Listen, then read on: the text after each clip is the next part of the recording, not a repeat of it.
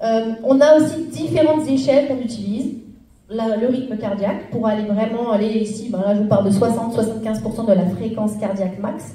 Mais en fait, vous pouvez aussi vous dire que vous avez une échelle de perception de l'effort ou quelque chose qui est un RPE qui fait qu'on a un niveau de difficulté qu'on arrive à critériser sur une échelle de 0 à 10 qui nous permettra de situer l'intensité de l'effort. Il ne faut pas que les personnes qui viennent nous voir disent qu'elles ont fait un effort qui est tout le temps 5 fois par semaine situé à 2 sur 10.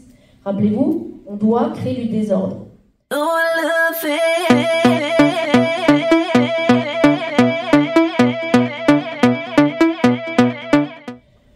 Combinaison aérobie et résistance, je ne vais pas y revenir, mais c'est ce qu'il faut qu'on fasse. Temps, durée de chaque semaine, sur chaque semaine, il faut vraiment le budgétiser, on va dire, pour que ce soit assez efficace. On a un minimum efficace qui est moins de 20 minutes, 3 fois par semaine.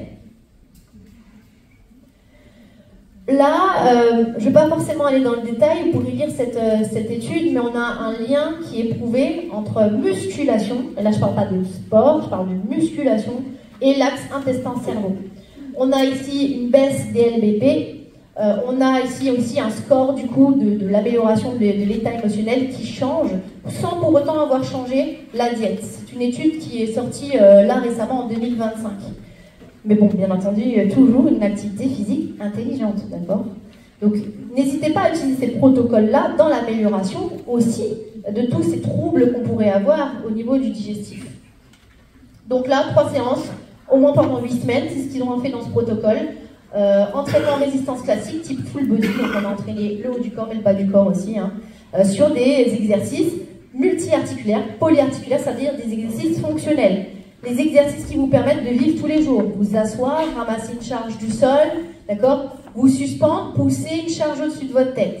C'est quelque chose que vous devez conserver tout le long de votre vie et qui crée le plus d'effet dans votre corps. Donc si vous avez que 10 minutes par jour, faites des exercices qui viennent stimuler ou faire bouger plusieurs articulations en même temps, pas qu'une, d'accord? Donc peut-être oublier celui-ci, ok?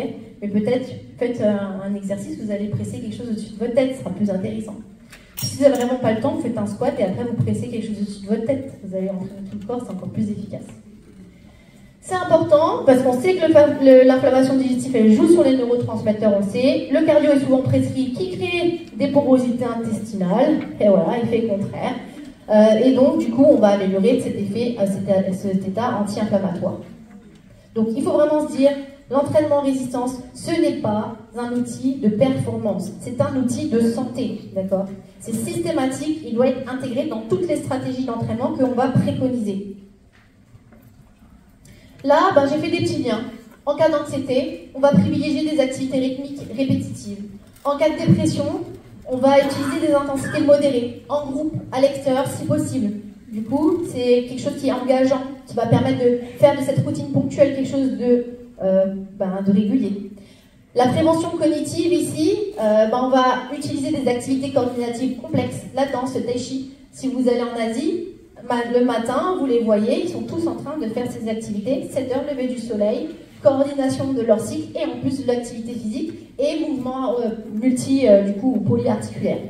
Et on évite la cognitive middle gear, c'est-à-dire le manque de désordre, on va dire, ou trop de confort. On ne veut pas de confort là-dedans. Il faut un effort modéré qui stimule. Stress aigu, on va peut-être utiliser ici le HIIT, par exemple, quelque chose de haute intensité qui va avoir un impact sur le stress aigu. Et bien entendu, ici, sur les traumas crâniens, on va aller utiliser une reprise progressive et on va considérer des suppléments. C'est le seul recours que je fais là-dessus, c'est créatine, par exemple oméga 3, choline, mais la créatine, elle a eu des vraies preuves. Et donc, si vous êtes des rugbymen ou des footballeurs américains, en fait, vous avez un effet performance et en plus sur toutes les fonctions qui pourraient y avoir. Oui.